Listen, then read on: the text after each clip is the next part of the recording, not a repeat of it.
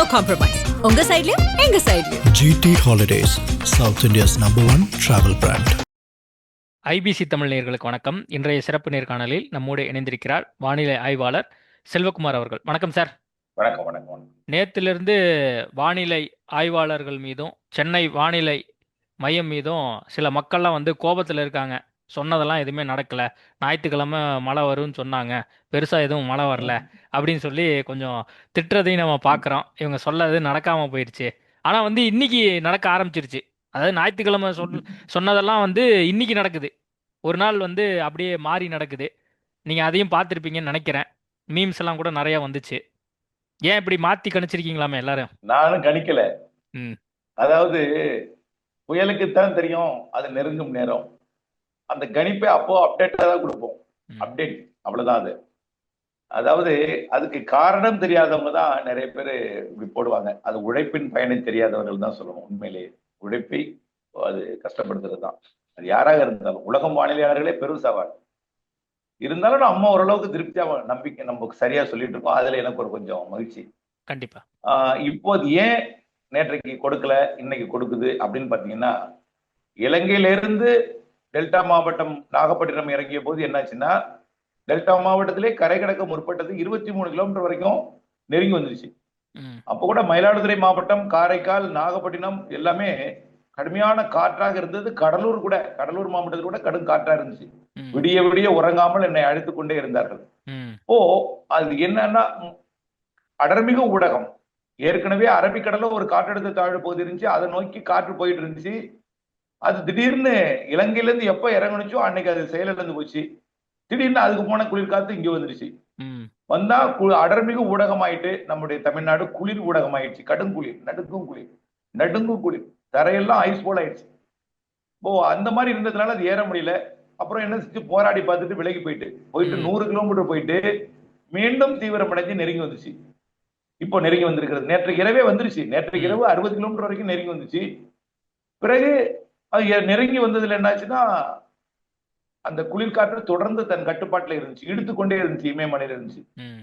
திடீர்னு ஒரு மண்டலமா, ஆழ்ந்த மண்டலமா செயலிழந்த பிறகு, அப்ப செயலிழந்தா என்னாச்சு, ஈர்க்கும் சக்தியை இழந்துருச்சு. இமயமலையில இருந்து கடும் குளிரை ஈர்க்கும் சக்தியை இழந்திருந்தாலும் ஈர்க்கிறது, இன்னும் ஈர்க்கிறது. அளவான குளிரை கொடுத்து கொண்டிருக்கும். இப்ப உங்களுக்கு எல்லாம் ரொம்ப நேற்றைக்கு இருந்த குளிர் இருக்காது.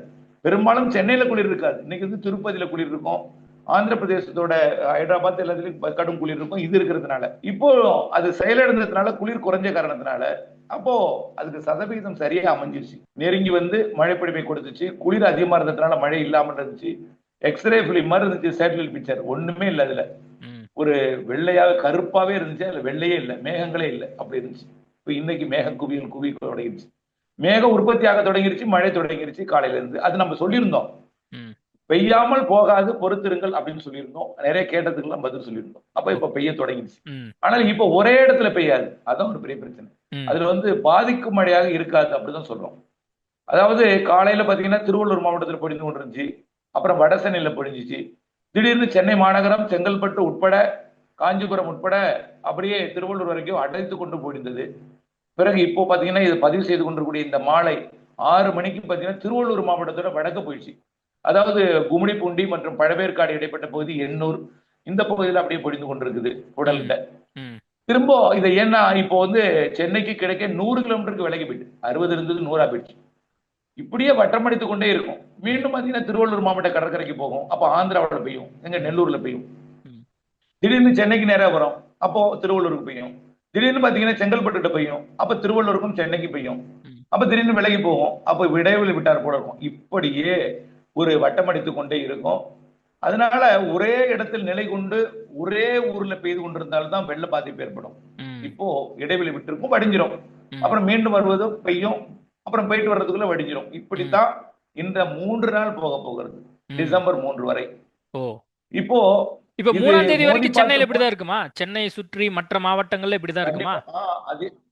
மற்ற மாவட்டங்கள இப்ப எங்கேயுமே மழை இல்ல. தமிழ்நாட்டுல ஆங்காங்கே மழை இருக்கு. இல்ல, இப்ப நான் கேக்குறது சென்னை, திருவள்ளூர், காஞ்சிபுரம், இந்த பக்கம் எண்ணூர், இந்த மாவட்டங்களுக்கு 3ஆம் தேதி வரைக்கும் இப்படித்தான் இருக்கும்.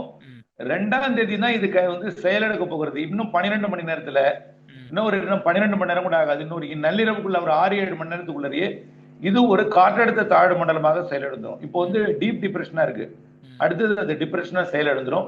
நாளை மதியத்துக்குள்ளர அது ஒரு வெல் மார்க் லோ பிரஷர், அதாவது தீவிர தாழ்வு பகுதியாக செயலிழந்துடும்.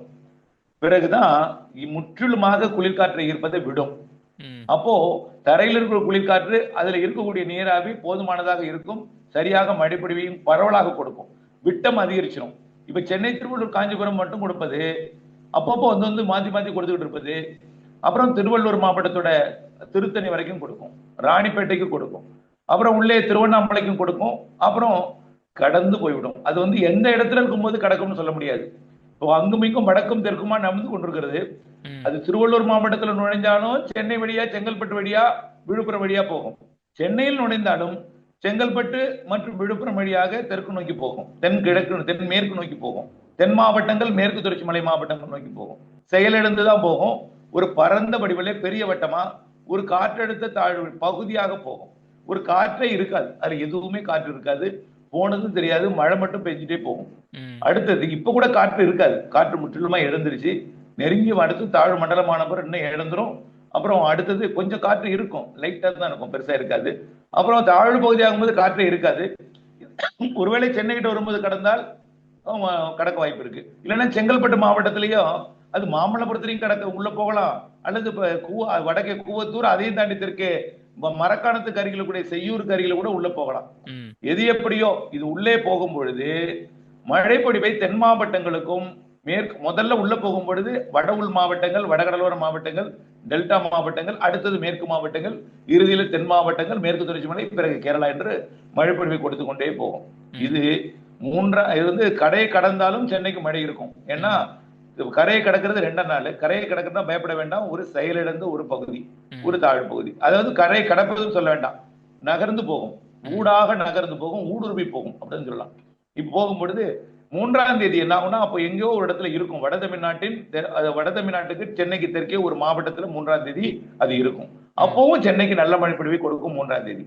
4ஆம் தேதி எங்கோ தெற்க போயிடும், நல்லா டெல்டாவிற்கு தெற்கே, கிழக்கே, மேற்கே, டெல்டாவிற்கு மேற்கே, தென் மாவட்டங்களை விட்டு 4ஆம் தேதி போயிடும். அப்பயும் சென்னைக்கு மழை இருக்கும், மழையோட அளவு குறையும், விட்டு விட்டு மழை இருக்கும், அதிகாலை மழை இருக்கும், அப்படித்தான் இருக்கும். அதான் நீங்க சொல்வது படி பார்த்தா சென்னைக்கு அடுத்த 2 நாள் 3 நாள் வரைக்கும் தொடர்ந்து மழை இருக்கு. ஏன்னா தொடர்ந்து வந்து அது வலுவிழந்தாலும் அது காற்றழுத்த தாழ்வு மண்டலமா இருக்கு, அடுத்து தாழ்வு பகுதியா மாறுது அப்படின்னு நீங்க சொல்றீங்க. அப்போ இதன் மூலமா அப்போ மழைப்பொழிவு இருக்கிறதுனால இங்க வந்து கொஞ்சம் மழை பெஞ்சாவே தண்ணி தேங்கக்கூடிய ஒரு சூழல் இருக்கு. இப்போ சென்டிமீட்டரின் அடிப்படையில் 12-15 சென்டிமீட்டர் வரைக்கும் போயிடுச்சுனாவே இங்கே கடுமையான ஒரு பாதிப்பு இருக்கிறதுக்கு வாய்ப்பு இருக்கு. இப்போ அடுத்த 2 நாள் எந்த அளவுக்கு சென்டிமீட்டர் அளவுலையோ அல்லது ஏதாவது நம்மளால ஒரு கணிப்பு நீங்க பண்ணியிருப்பீங்க, அது எந்த அளவுக்கு எதிர்பார்க்கலாம்? கண்டிப்பா. இப்போ காலையில இருந்து 1 மணி நேரத்துக்கு 1 சென்டிமீட்டர் பெய்யுது, சில இடத்துல 1 மணி நேரத்துக்கு 2 சென்டிமீட்டர் பெய்யுது. ஆனால் 2 சென்டிமீட்டர் பெய்த இடத்துல 5 மணி நேரம் தான் பெய்தது, 10 சென்டிமீட்டர். 1 சென்டிமீட்டர் பெய்த இடத்துல 10 மணி நேரம் பெய்திருக்கு, அதுவும் 10 சென்டிமீட்டர் தான் பெய்திருக்கு காலையில இருந்து. ஆகவே இந்த 10 சென்டிமீட்டர் என்பது இதுவரைக்கும் பாதிக்காது. இப்ப அது வடிந்து கொண்டிருக்கு, மழை ஓய்ந்திருக்கு, எங்கேயும் போயிடல. திருவள்ளூரோட கும்மிடிப்பூண்டியை ஒட்டி அந்த பக்கம் பெய்து கொண்டிருக்கு. திரும்ப அது தெற்கு நோக்கி வரும்போது மீண்டும் வரும், மீண்டும் வந்து ஒரு 10 சென்டிமீட்டர் கொடுக்கும், அதுக்குள்ள வடிஞ்சிடும். அதாவது ஒட்டுமொத்த மழைப்பொழிவு டோட்டலா பார்த்தா அதிகமா இருக்கும். இல்ல இப்ப நாளைக்கு பள்ளி கல்லூரிகளுக்கெல்லாம் விடுமுறை கொடுத்திருக்காங்க. அப்ப சம்திங் ஏதோ எல்லாரும் என்ன நினைப்பாங்க, அப்ப இன்னும் அதிக மழை இருக்கு போல இருக்கு, அப்போ ஏதோ ஒரு ஆபத்து இருக்கு போல இருக்கு அப்படின்னு நினைப்பாங்கல்ல.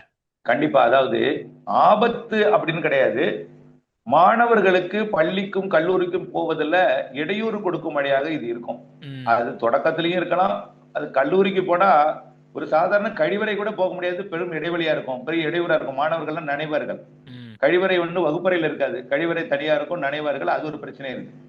அதே போல பயணம் மேற்கொள்வதிலையும் சாலையில இடையூறு, போக்குவரத்து நெரிசல் எல்லாம் ஏற்படும். ஏற்கனவே தண்ணி தேங்கினா பள்ளி வாகனங்கள்லாம் போகும் பொழுதும், மாணவர்கள் எல்லாம், ஆசிரியர்கள் எல்லாருமே பயணம் மேற்கொள்ளும் பொழுதும் இப்படி போக்குவரத்து நெரிசல் கூடுதல் ஆகும். இப்ப இதற்காக ஒரு முன்னெச்சரிக்கையை தவிர பாதிக்கும் மழையாக இருக்காது. பெய்ய வடியும், ஒரு 10 சென்டிமீட்டர் பெஞ்சோன்னே இன்னொரு வேற ஊருக்கு போயிடும்.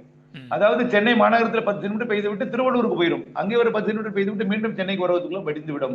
பிறகு செங்கல்பட்டுக்கு போகும், அங்க ஒரு 10 சென்டிமீட்டர், ஏதோ ஒரு இடத்துல, இந்த 3 மாவட்டத்துல ஒரு இடத்துல தான் அது ஊடுருவி போக போகுது. அப்பையும் அது மழையோட அளவு 3ஆம் தேதி இருந்தாலும் பாதிக்கும் மழையாக இருக்காது.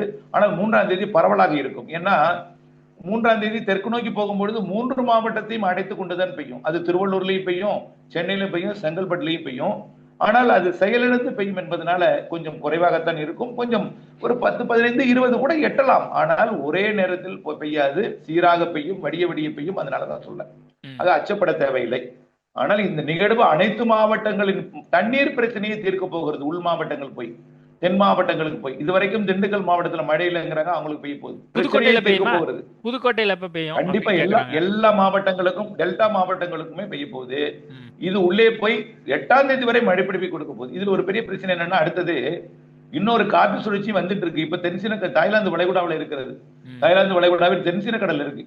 அது வரக்கூடிய 6ஆம் தேதி அது இலங்கைக்கு வட இலங்கை வரப்போகுது. இதை கேட்கும் பொழுது இலங்கை தமிழ் மக்கள் கொஞ்சம் அச்சப்படலாம். ம். ஏன்னா எப்படி கஜா புயல் வந்துச்சோ அப்ப அது அதிலிருந்து காற்றை பார்த்தால் பயப்படுகிறார்கள் டெல்டா மாவட்ட மக்கள். இனிமேல் மழை என்றால் இலங்கை மக்கள் அஞ்சுவார்கள். ஏன்னா அந்த அளவுக்கு அதை அச்சுறுத்தி விட்டது. மனதளவிலே கொஞ்சம் அவர்களுக்கு வேதனைப்படுத்தி கொடுத்து விட்டது. ஆக இனிமேல் வரக்கூடிய மழை இப்போது இருக்கிற அளவுக்கு பாதிப்பை ஏற்படுத்தாது.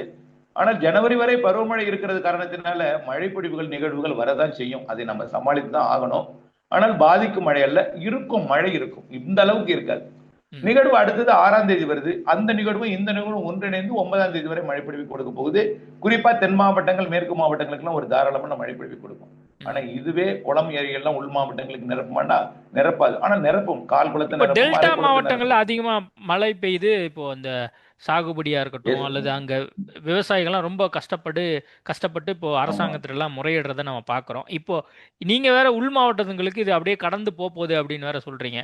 அப்போ விவசாயிகளுக்கு எதுவும் பாதிப்பு இருக்கா? திருவாரூர் கடலோரம், அதாவது உள் மாவட்டத்துக்கு போனாலும் கிழக்கு காற்று சென்னை முதல் கன்னியாகுமரி வரைக்கும் உள்ள கிழக்கு மாவட்டம், கிழக்கு கரையோரம் வழியாகத்தான் உள்ள போகும்.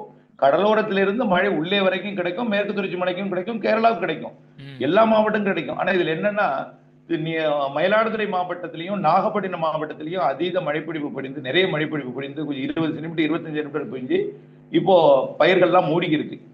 திருவாரூர் மாவட்டத்திலும் இளம்பயிர் எல்லாம் மூடி இருக்கு.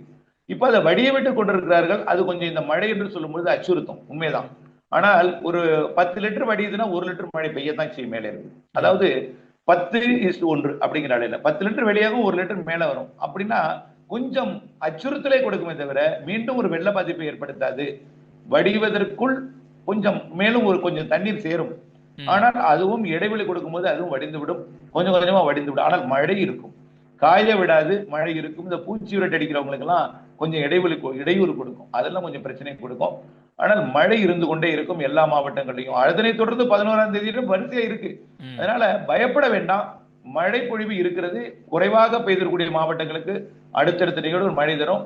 அதே போல வடிந்து கொண்டிருக்கக்கூடிய அதிகமாக பெய்து நிரப்பி விடுமோ, மீண்டும் ஒரு வெள்ள பாதிப்பை ஏற்படுத்துமோ அப்படிங்கிறது பயப்பட வேண்டாம். ஆனால் மழை கனமழை எல்லாம் இருக்கும். இப்ப கூட வேதாரண்யத்துல மழை பெய்து கொண்டிருக்கு.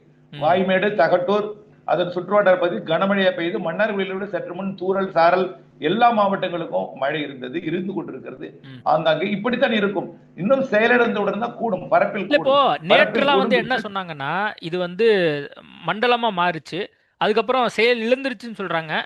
அதே நேரத்துல இன்னும் அதே இடத்துல நீடிக்கிறதுனால இது திரும்ப வந்து புயலா மாறுறதுக்கு வாய்ப்பு இருக்குமா அப்படின்லாம் கூட யோசிக்கிறாங்கல்ல.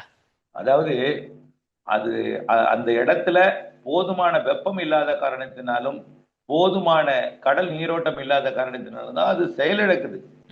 முட்டி மோதி செயலிழக்கிறது. மீண்டும் அதெல்லாம் இயலாத காரியத்தாலதான் செயலிழக்குது, சக்தி இழக்குது. மீண்டும் பூஸ்ட பெறதுக்கு அங்க பூஸ்ட் இல்ல, பூஸ்ட் சாப்பிடறதுக்கு பூஸ்ட் இல்ல, செயலிழந்துடும். செயலிழந்து ஊடுருவி போகுமே தவிர மீண்டும் புயலாக மாறணும்னா ஏதோ அந்தமான் பகுதியிலிருந்து ஏதாவது ஒரு நிகழ்வு தீவிரமடைந்து அதுவும் புயலா மாறதுக்கு கண்டிப்பா டிசம்பர்ல வந்து இறுதியில தான் வாய்ப்பு இருக்கு. இடையில வர்றது எல்லாமே சாதாரண நிகழ்வா தான் இருக்கும். ஏன் டிசம்பர்ல இறுதியில தான் வாய்ப்பு இருக்குன்னா, இப்போ கடல் வெப்பத்தை குறைத்திருக்கிறது இந்த புயல், கொஞ்சம் குறைத்திருக்கு. மீண்டும் நீரோட்டங்கள் வந்து கொஞ்சம் உயர்த்த வேண்டும், கொஞ்சம் உயர்த்தினாதான் பிக்கப் ஆகும். நீரோட்டங்கள் வந்து அதுக்குள்ளே கொஞ்சம் ரைஸ் பண்ணிடும். அது இந்த டிசம்பர் மாத இறுதியில கிறிஸ்துமஸுக்கு முன்போ அல்லது பின்போ தான் அந்த வலுவான நிகழ்வு இருக்கு. அது வரைக்கும் சாதாரண தாழ்வு நிலை காற்று சுழற்சிகள் வந்து மழைப்பிடிவை ஈரம் காயாமல் எல்லா மாவட்டங்களுக்கும் கொடுத்து கொண்டே இருக்கும். கொஞ்சம் மழைப்பிடிவை கூடுதலாகவும் கொடுத்தாலும் கனமழை இருந்து கொண்டிருக்கும், பாதிக்கும் மழையில் தான் சொல்லலாம். ஓகே சார், தற்போதைய தகவலுக்கு மிக்க நன்றி. நன்றி நன்றி நன்றி. ஆஹா, நோ காம்ப்ரமைஸ். உங்க சைடுலயும் எங்க சைடுலயும். GT Holidays, South India's #1 travel brand.